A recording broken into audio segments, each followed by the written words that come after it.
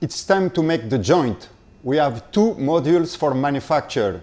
In module 17, we will see storage, adhesive mixing, and adhesive application.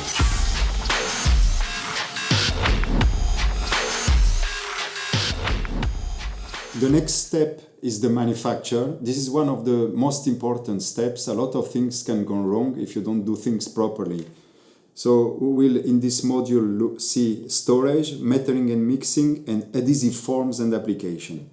You have here in this figure all the steps represented, starting with adhesive storage, then surface preparation. Surface preparation, in fact, we have already discussed this because this is so important that it deserves a module or several modules dedicated to this question. Then metering, adhesive mixing, adhesive application, assembly, the control of the thickness of the adhesive, and finally the hardening. Starting by the storage. Storage or the shelf life is not too long. We are talking about 6 months in general. And this is related to the viscosity. For the first 6 months, the viscosity is more or less constant, but from a given point in time, it starts to increase exponentially. And that's exactly this point that marks the shelf life.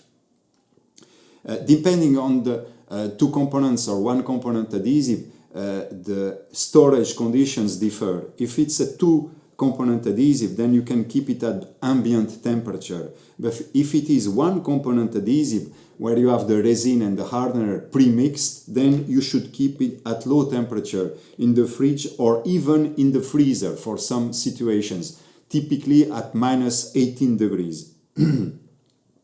The effect of the ambient conditions is very important. The temperature or the humidity has a big impact. You have here in this graph results of the tensile shear strength for different conditions. This is an edge, so fresh adhesive. This is stored at 24 degrees, already some degrees. Stored at 100 days, but 32 degrees, so hotter. You see that there is a bigger drop. The adhesive doesn't like to be kept at high temperature. And this is 1 hour at 100% humidity. What is this situation? That's the situation where you have the adhesive in the fridge. You take it out of the fridge and you start using it right away. What happens is that because the adhesive is cold, there will be water condensation at the surface, and this degrades a lot the adhesive. So before you use the adhesive, you should wait the adhesive to come at room temperature, and only after you take out the adhesive and start to apply it. Relative to metering, when you have one component, very easy. You just take a spatula and apply it, or if it comes in a cartridge, you put it in a gun and you apply directly on the surface you want. If it's two components with two recipients, then you should weigh very precisely the amount of resin and the amount of hardener according to the recommendations of the manufacturer. But in general, in industrial applications, you have a cartridge where the resin and the hardener are already pre-metered. You don't need to worry about the right amount of the resin and the hardener. Then comes the mixing, and you should be very careful not to introduce too much voids. So if it's done manually, you should degas it in vacuum. Be careful with the pot life or working time. After you mix, you don't have too much time to apply the adhesive. In some cases, seconds. In other cases, several hours. In that case, you are right. But in general, we try to go for automatic mixing, using, for example, a centrifugal force. You have here a typical machine you use. The adhesive is put at the top of the machine, and then this spins very, very fast. And this guarantees free of voids, no porosity, and perfect uniform mixing of the two components.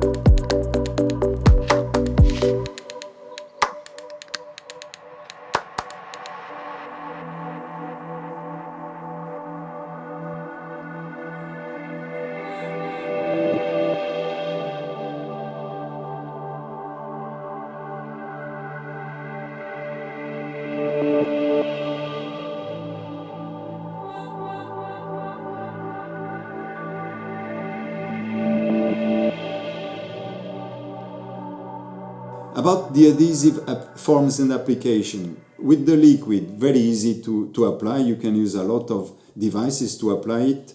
Good wetting, any geometry. The problem is that you have a lot of waste because it tends to flow out of the joint.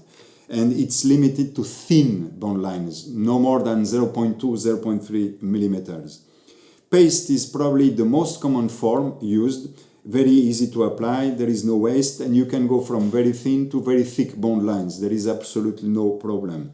The only thing you need to be careful about is the way you apply. You cannot you do this, for example, or do that, because this tends to trap air. It's better to apply this type of patterns. The ideal is to apply a zigzag pattern. I can show you with this gun. I have a cartridge, a resin hardener, mixing nozzle. The mixing nozzle is nice because it guarantees a perfect mixing, and I can show you now the application of the zigzag that guarantees that the air escapes from the sides and there is no air entrapment. About the film, that's another way to do it, very easy. There is absolutely no waste. The problem is that it's limited to flat surface, but that's very common. For example, in the aeronautical industry, you have big areas, perfectly flat, and this is very convenient to use film adhesive. I will make a small demo with you. Imagine I want to do or to bond these two substrates with this bond line. Okay, I'm just going to cut this part of the film. This is the film. There is protective layers on both sides. I'm going to cut this part and then apply it, and you will see very, very easy to work with. I'm going to use scissors. Okay.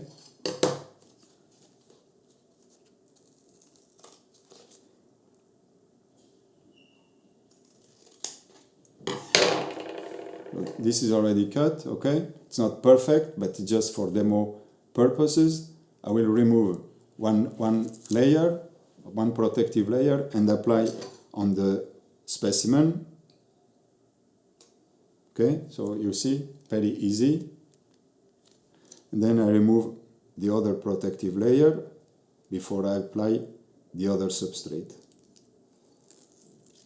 Very easy, okay? You have the substrate with the film, you apply the other substrate on top. That's it. Then we need to make sure that it's joined together during the cure. This will go to high temperature, it will melt and eventually harden, and that's it. Okay? So very, very easy.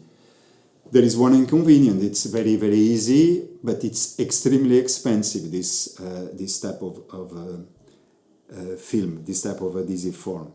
And you also have a problem. You might have air entrapment, because between the adherent and the film there is always some kind of air entrapment. I can show you that. This is one that has already been done, and I think it's quite clear that you have some air entrapped between the substrate and the adhesive, all right? And this, during cure, will go into the adhesive and they will create porosity. So to counteract this and make sure you don't have porosity, you really have to apply a lot of pressure on the film to remove the voidage created by air entrapment, the initial air entrapment, all right? So that's for the first steps of the manufacture.